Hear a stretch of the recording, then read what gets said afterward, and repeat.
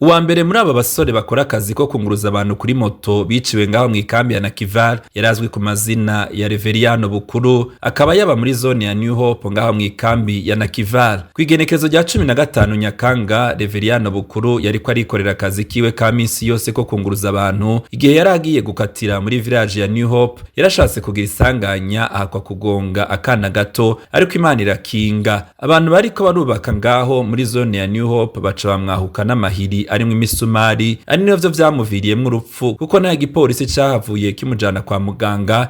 Inyuma y'indwi imwe gusa yaruhiye gucikana.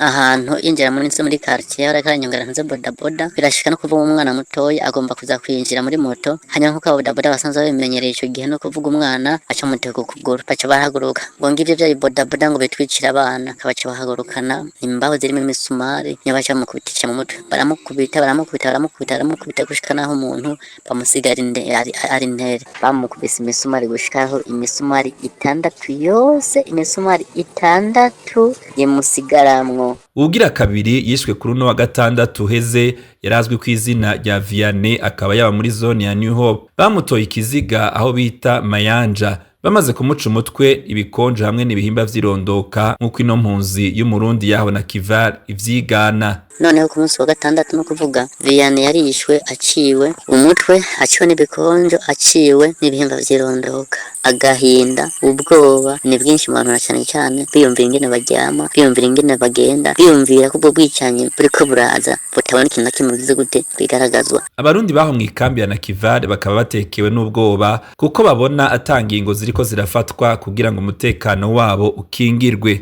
Uruganda rwa RPA tukaba tutarashobora kuronka abarongoye ikambi ya nakival kugira ngo twumve ico bavuga kuri ayo makenga y'impunzi.